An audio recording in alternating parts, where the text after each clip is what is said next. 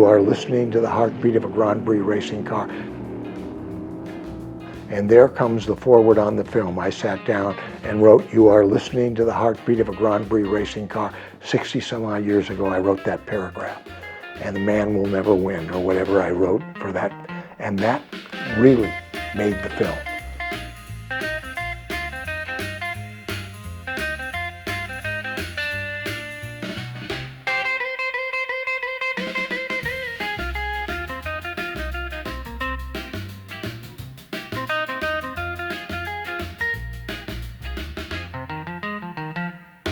Now I become an apprentice script supervisor, and I end up on a picture called Studs Lonigan.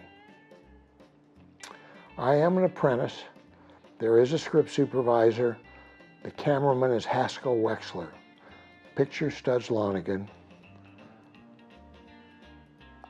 Haskell Wexler is a Chicago cameraman who has to have a cameraman stand in for him, sit on a desk, so they have to pay 2 cameramen to let him photograph this. He's a sports car racing fan, and all he wants to talk about is racing. I'm watching him one day, and he's dancing with the leading lady, and he's got the leading man's jacket on, and he's got an IMO camera, which is a wind-up, about 30 seconds of film camera, and he's shooting her close-up. It's just fabulous. I mean, what a shot. And there's no dialogue or anything. I mean, it's just a shot. So we finished that scene, and I said, "Could I put a camera on a race car?" He said, "Sure." Nothing to it. I said, "What kind of camera?" He said, "Whatever you want." I said, "An Aeroflex?" Because I knew an Aeroflex held some film. One of those IMOs held 30 seconds, you know. I could get a bigger. He said, "Oh yeah, sure, you could do that." So I went home. I went away. I'm talking to Lance. And I said, "Lance," told him the story about talking to Haskell and what we could do. And he said, "Let's make a movie." And he said, "There's only a couple conditions. I'm going to give you the car. I'm going to give you the crew. I'll give you me. I'll give you anything you want. But you have to finance the film. And there can be no dialogue and no narration in the film." So we started to proceed. We made the test. We took the single-seater Scarab that had been built for me to drive, was sitting there. You'll see some wonderful pictures you're going to be able to get out of there, pictures you've never seen. And one that's well-known of me sitting in the car smoking a cigarette in the shop, just sitting there thinking about whatever I don't know. But anyway, we put the Chevy in it. We hook an Aeroflex up in it. We take it out here, quarter mile from here, over here in Venice, 1 block west of Lincoln, where the street ends. We had all that was where our shops were. Put Chuck in the car. Now, we had heard a record called Sounds of Sebring. All the things that are particular to Sebring. The flat, roasted countryside, broken only by shady groves of orange trees. What other observations do you have about your competition? How's Ferrari? Well, I believe the Ferrari has got a 3.8 litre, 2 of them, in fact. They're going very fast. I think they've got a very strong team. We looked that guy up. He lived in San Bernardino or Riverside or someplace. We contacted him. We heard his record, and we asked, "How did you do that?" And he said, "Well, I got a $45 little Japanese tape recorder, and I did this, that." And he said, "There's nothing to it." And I said, "Well, we want to put it in the car."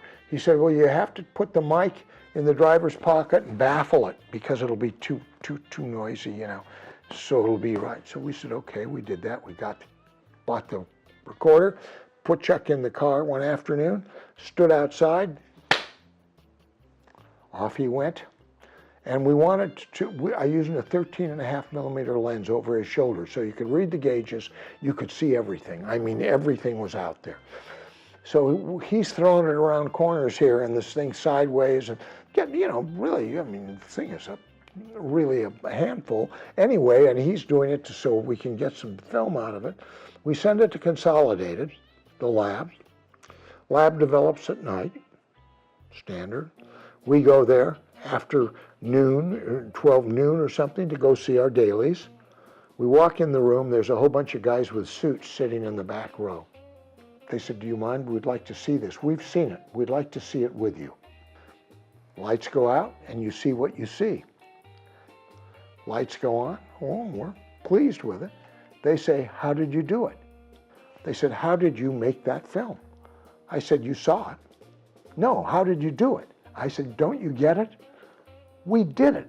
That's just what happened. You're kidding. I said, no, I'm not kidding. So we were all very pleased, and that we knew we could photograph off the car. I decide I'm going to try and figure out how to photograph this car going down Riverside at 180 miles an hour. How can you do that? How can you get alongside of it? There's no way to do that. There's no equipment built that will do that. So I go to Armstead's and I do an inquiry about my problem photographing it. And they said, well, we've got a couple lenses here that nobody uses except Hughes Aircraft. Hughes Aircraft will get back a half a mile, and they will use this lens, which was like a 500 or 1,000 or one of those long lenses, to track the takeoff of an airplane. It's the only way they can stay alongside of it. Mike Murphy was a camera assistant. I made him the cameraman. And then I went out and hired some other guys, whoever was available at the time. And we went out to Riverside and tried to make a shot to see if this thing would work. Well, this is what our first attempts looked like.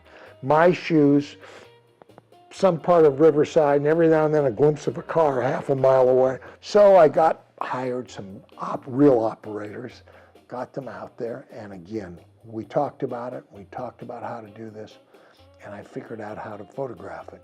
I raised the money for the picture. I don't know where I got it, but I got it.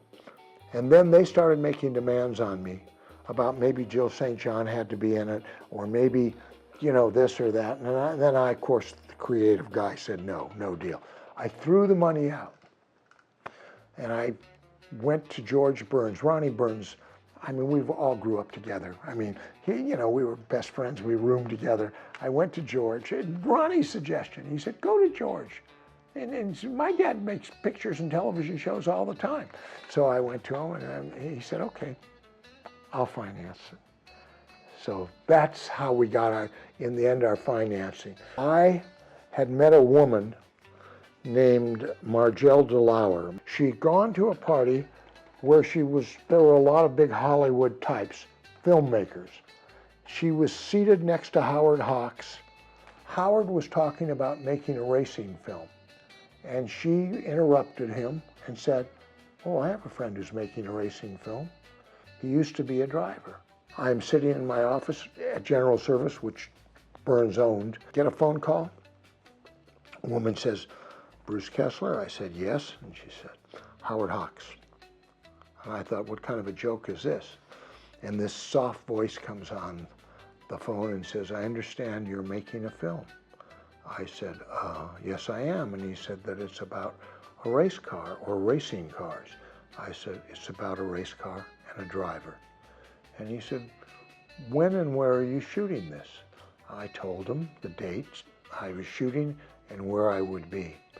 And he said, would it be all right if I came out and watched you shoot? You'll see the picture of me doing this with Howard Hawks looking over my shoulder.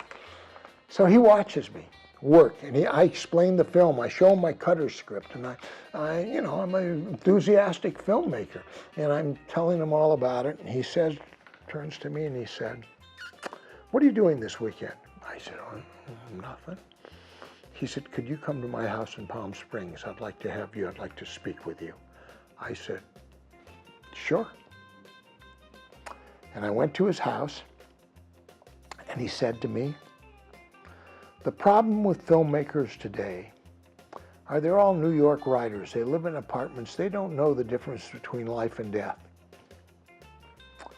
I want someone to work for me who understands life and death. And he's told me a story about when the Beverly Hills board track, are any of you familiar with the Beverly Hills board track? it's where the Hilton Hotel is at Santa Monica and Wilshire. He said the Beverly Hills board track was there, and they raced sprint cars, and he had a sprint car, and he drove it. And he said there was a camera guy, a camera assistant guy or something, that had a sprint car, and he was kind of a bad guy. He was kind of the heavy. And he said one night they're out there racing, and this guy does something to him bad, and he does something bad to him bad, and sends the guy through the fence. He said the next day, somebody brings him a picture of the guy going through the fence, giving him the finger, giving Howard the finger. Now, Howard's telling me the story, and he says, now, how can you not like a guy like that? And I said, well, by now he must have been a cameraman. Maybe I've worked with him. Oh, no, he said. He went on to become a director. And I said, well, maybe I worked with him. I've worked with lots of directors. And I said, what were some of the films he directed? And he went, Gone with the Wind. They have to be into a release for a week, either in Los Angeles, Chicago, or New York. I guess then New York. And we go down to a theater. I went to Westwood, said, here's my film. I'm going to give it to you for a week to run so I can qualify it. It's been in release for a week.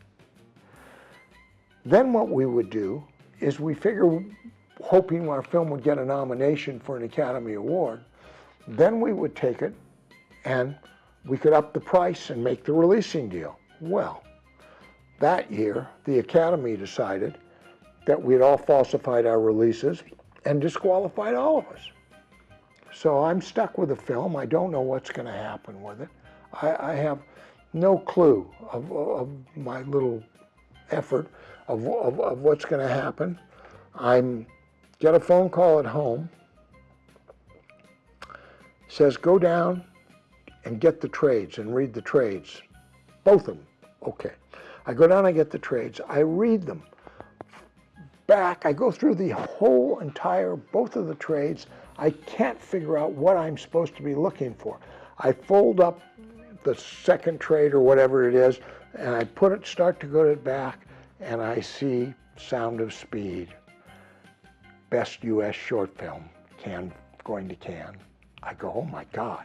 Oh, I couldn't even believe it. So I run down, I call Goldwyn, and I call Billy Wilder's office. Is Billy in?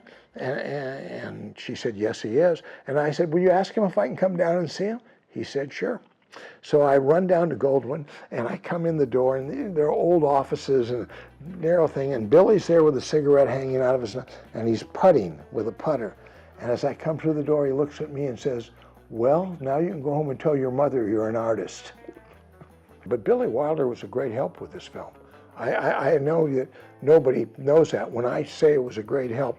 When I was in final cut, I take the film to Billy and I said, Billy, I want you to look at this film. He said, look, Bruce, I will look at your film, and if I don't like it, I will not tell anybody that I have seen it. I have never seen the film. And if I do like it, I'll tell everybody, of course, and that's how I had this relationship. So we run the film, and he said, there's only one problem with this film.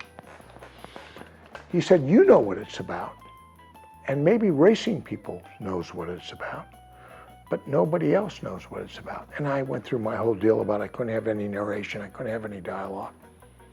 He said, that's not a problem, we can fix that real easy. And there comes the foreword on the film. I sat down and wrote, you are listening to the heartbeat of a Grand Prix racing car. 60 some odd years ago, I wrote that paragraph. And the man will never win, or whatever I wrote for that. And that really made the film.